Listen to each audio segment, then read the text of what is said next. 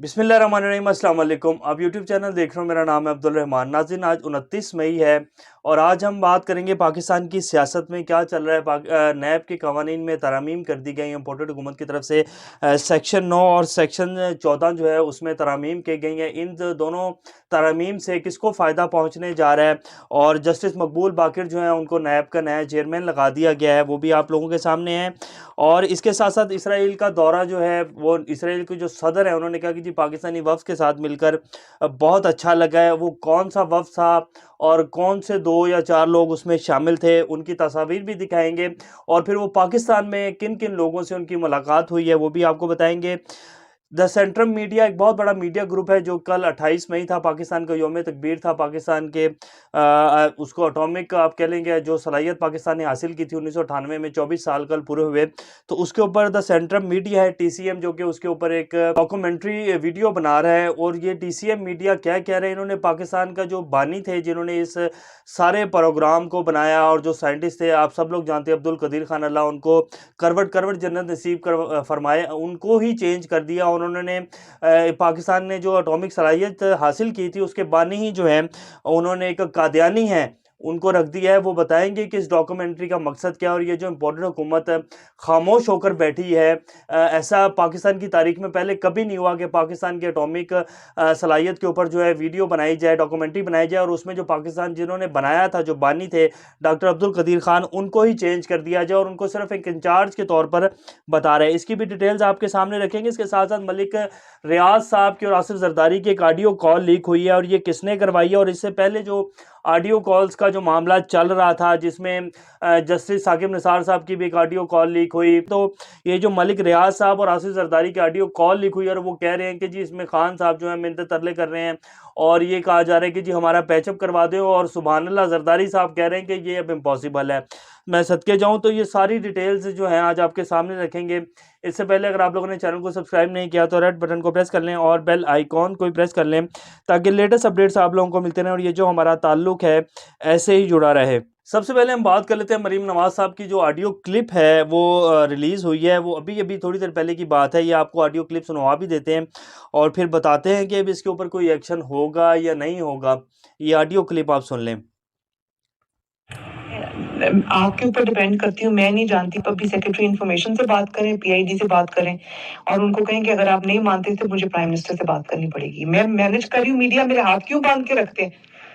जी, तो ये audio clip आपने सुन लिया। अब इसमें अगर आप लोगों को समझ ना आया तो मैं बता देता हूँ। इसमें मरीम नवाज शरीफ साहिबा जो है वो बड़े गुस्से में हैं और हदायत दे रही हैं कि मैं मीडिया को मैनेज कर रही हूँ, मेरे हाथ क्यों बांध के रखते हैं, मैं नहीं जानती। अभी सेक्रेटरी इन्फॉर्मेशन और PID से बात करें, पाकिस्तान इन्फॉर्मेशन डिपार्टमेंट से बात करें और इनको कहें कि अगर आप बात नहीं मानते तो फिर मुझे वज़ीर आज़म यानी कि शहबाज शरीफ साहब से बात करनी पड़ेगी। मीडिया को मैनेजमेंट जो है पिछले 2-2.5 महीने से, जब से हुकूमत आई है, 1-1.5 माह हुआ है जब से हुकूमत आई है, तो इन लोगों ने मीडिया को जिस तरह मैनेज करने का हक है उस तरह मैनेज कर रहे हैं। एड्स दी जा रही हैं, मुल्क का ख़जाना खाली है। और जैसे मैंने कल भी आपको बताया था कि यौम तकबीर के ऊपर भुट्टो साहब की और नवाज शरीफ साहब की तस्वीर जो है वो पाकिस्तान की जितने अखबार हैं उनके ऊपर लगवाई गई है। और ये भी पहली दफ़ा हुआ है कि भुट्टो साहब और नवाज शरीफ साहब को इकट्ठा मिलाकर यौम तकबीर मनाया गया है, क्योंकि इकट्ठी हुकूमत जो बनी है, वज़ीर ख़ारजा जो है बिलावल भुट्टो साहब हैं और जो इनके बयानात थे आज से 6 माह पहले, और जब PDM अलग हुई तब इनके जो बयानात थे वो आप सब लोगों के सामने हैं, मैं अब उसकी तफसील में नहीं जाऊंगा। तो मीडिया को मैनेज किया जा रहा है। एयरमैन न्यूज़ के ऊपर जितना प्रेशर डाला गया है मैं आपको बता नहीं सकता, लेकिन फिर भी एयरमैन न्यूज़ को इस टाइम पाकिस्तान में सबसे ज़्यादा देखा जा रहा है। और जिस तरह उनको केबल ऑपरेटर्स को कहकर उनको लास्ट नंबर्स पे फेंकवाया गया और फिर उन्होंने पैमरा को कहा और पैमरा ने दोबारा उनके चैनल को उनके पहले 5वें-6ठे नंबर पे लाकर जहां उसका ओरिजिनल जहां पहले चैनल चलता था, तो ये बुरी तरह से जो है मैनेज किया जा रहा है। अब ये मरीम नवाज शरीफ साहब की ऑडियो कॉल लीक हुई है।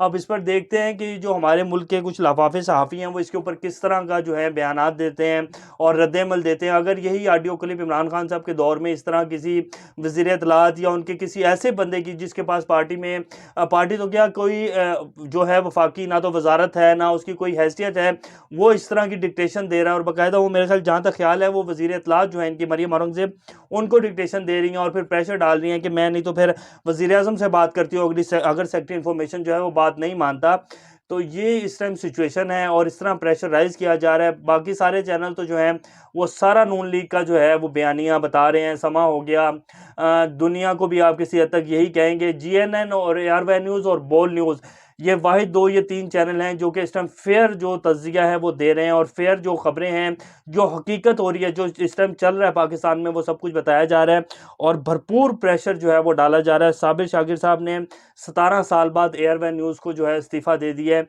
अब मैं इसकी तफसील में नहीं जाऊँगा, उन्होंने भी इसको क्लियर नहीं किया, लेकिन जिस तरह के मुकदमात पिछले कुछ 1 से डेढ़ माह के अंदर साबिर शाकिर, अरशद शरीफ, समी इब्राहिम, इमरान रियाज खान और जितने ये 4, 5, 6 सहाफ़ी हैं इनके ऊपर हुए हैं। इमरान खान साहब के दौरे इक़्तिदार में 3.5-4 साल में कितना जो है उनके खिलाफ क्या-क्या कुछ नहीं कहा गया, किस तरह के कॉलम्स जो हैं वो नहीं लिखे गए उनकी मिसेस के बारे में, पुतलियाँ जलाई जाएँ, ये सब आप लोगों के सामने है।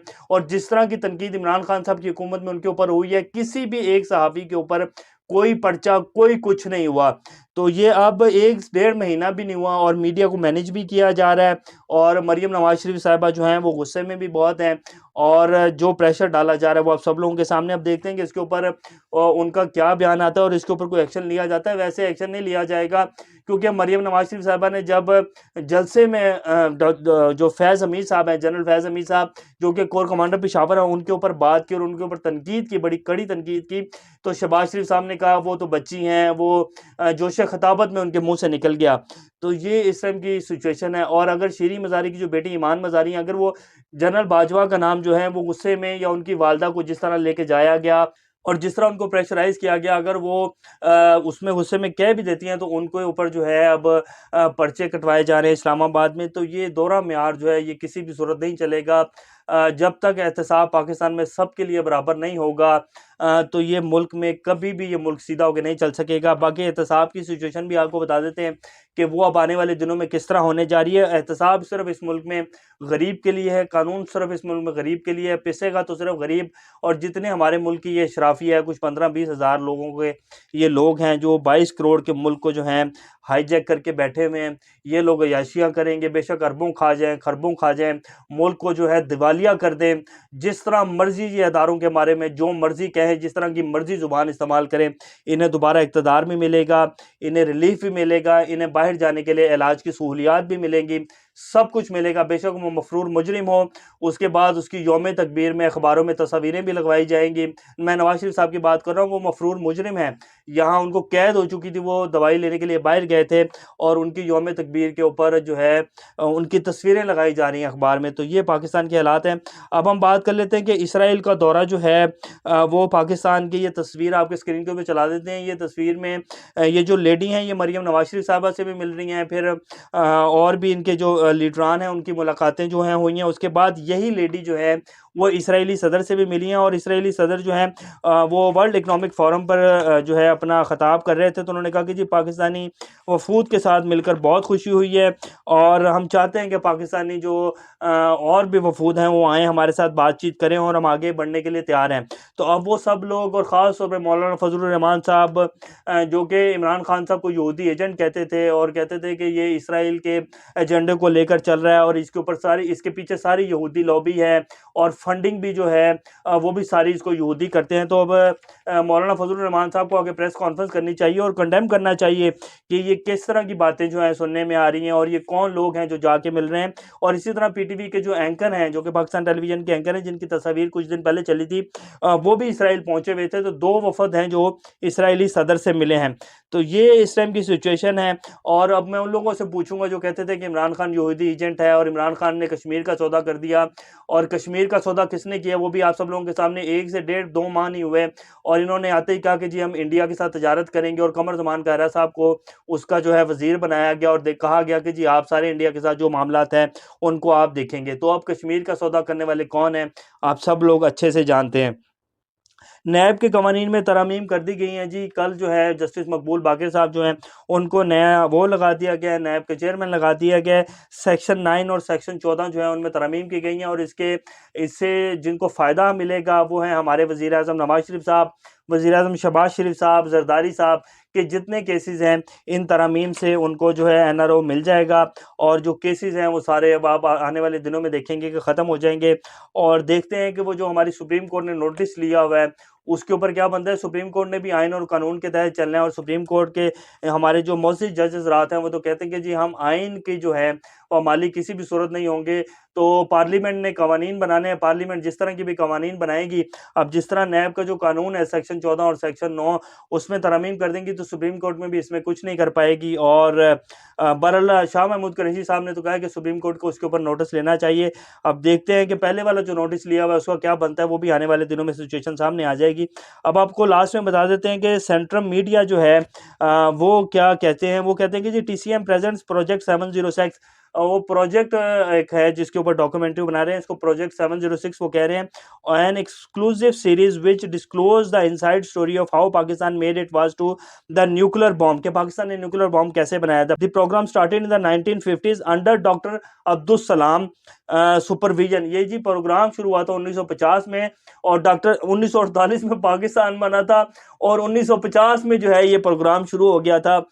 मैं कुर्बान चले जाऊं इनके ऊपर और हमारे अदारों के ऊपर भी अगर ये डॉक्यूमेंट्री बनती है। और जिस तरह ये टीसीएम बहुत बड़ा एक सोशल मीडिया का ग्रुप है, और ये कह रहे हैं कि जो 1950 में ये अंडर डॉक्टर अब्दुल सलाम की सुपरविजन में स्टार्ट हुआ था, कॉट बीज इन द 1970, और इसने जो स्कॉट पेस इन द 1970 में 1970 में इसने स्पीड पकड़ी under Zulfikar Ali Bhutto command, and eventually led to successfully nuclear test in 1998 with doctor AQ Khan and doctor Samar Mubarak इन इंचार्ज। यानी कि डॉक्टर समर मुबारक और डॉक्टर AQ खान जो थे वो इंचार्ज थे इसके, और जो इसके बानी थे वो डॉक्टर अब्दुल सलाम थे जो कि कादियानी हैं।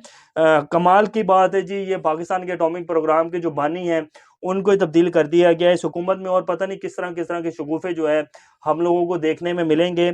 और NRO जो है वो मिल रहा है, और वो बिल्कुल जिस तरह मिलना चाहिए उस तरह मिल रहा है। सारे केसेस जो हैं वो ख़त्म हो रहे हैं, और पता नहीं किस मकसद के लिए इन लोगों को लाकर बिठाया गया। अवाम जो है उसका खून निचोड़ा जा रहा है, बुरी तरह निचोड़ा जा रहा है। पेट्रोल जो 30 रुपये महंगा हुआ है, अब आने वाले दिनों में ये 30 रुपये और महंगा होगा। और इवन यहाँ तक सुनने हमें आ रहा है कि IMF कह रहा है कि जी पेट्रोल जो है वो 250 या 270 तक पाकिस्तान में होना चाहिए, फिर आपको पैसे मिलेंगे। और ये जो मुफ्ता इस्माइल साहब कह रहे थे ना कि जून में हमारी मुआहदा हो जाएगा, अभी कोई मुआहदा शुआहदा नहीं होने जा रहा, कोई पैसे वैसे नहीं है आपके पास। मीडिया को मैनेज किया जा रहा है, करोड़ों रुपए के इश्तहारात जो हैं वो दिए जा रहे हैं। आपका जो ख़जाना है वो नियर टू कोलैप्स है। पाकिस्तान जो है उसकी इकोनॉमी की कोई हालात नहीं है, और उसके ऊपर कोई बात नहीं कर रहा, सिर्फ सियासत खेली जा रही है, मुकदमे ख़त्म किए जा रहे हैं, अपने जो रिलीफ है वो लिए जा रहे हैं, ECL से नाम निकलवाए जा रहे हैं। ये इस टाइम पाकिस्तान में चल रहा है। पता नहीं क्या सोचा था और क्या प्लान था, अल्लाह बेहतर जानता है। बहरहाल एक दिन एहतसाब ज़रूर होगा, और जिस तरह आवाम का गम व गुस्सा बढ़ रहा है, अल्लाह ना करे पाकिस्तान में कोई ऐसा वक्त है कि इनकलाब जो है फिर वो खूनी इनकलाब बन जाए। लेकिन अगर जिस तरह ये चल रहा है और जिस तरह के काम किए जा रहे हैं और जिस तरह इन लोगों के चेहरों से नकाब उतर रहे हैं, अगर यही काम चलता रहा तो वो दिन फिर दूर नहीं है जब श्रीलंका की तरह लोगों के कपड़े फाड़े जाएंगे, और जो मिनिस्टर और वजीर्स हैं उनको सरेआम रोड के ऊपर नंगा करके उनको जो है तशद्दुद किया जाएगा। वज़ीर आज़म का हाउस जो है उसको जलाओ घराव किया जाएगा, तो फिर वो दिन भी आ जाएगा। अल्लाह ना करे ऐसा हो, लेकिन सिचुएशन जो है बड़ी तेज़ी से उसी तरफ जा रही है। अब आपको बता देते हैं लास्ट में एक जो मलिक रियाज और आसिफ जरदारी साहब की ऑडियो कॉल ली हुई है। वो कह रहे हैं, मलिक साहब कह रहे हैं कि जी खान साहब जो है वो मुझे आज भी मैसेज कर रहे हैं। मैं सदके चले जाऊं वैसे मलिक रियाज के और आसिफ जरदारी की और इस ऑडियो को लीक करने के वाले के, ना तो मलिक रियाज की आवाज़ सही निकल रही है, आसिफ जरदारी साहब जो हैं वो बाशमूल खांसी किए जा रहे हैं, और फिर जब वो बोलते हैं तो वो बिल्कुल ऐसे लगता है कि उनकी आवाज़ जो है फ्रेश है। खांसी वाला बंदा कोई और है, जो आसिफ जरदारी की आवाज़ निकाल रहा है वो कोई और है। और इसकी कमर जमान कायरा साहब ने वो भी कर दिया, तरदीद भी कर दी है कि नहीं जी ऐसी कोई बात नहीं है। अब ये कौन ऑडियो लीक कर रहा है और ये कहाँ से हो रही हैं आप बेहतर जानते हैं। जस्टिस साकिब निसार वाली ऑडियो थी वो भी सारा एक प्रोपेगेंडा था, वो बेनकाब हो गया।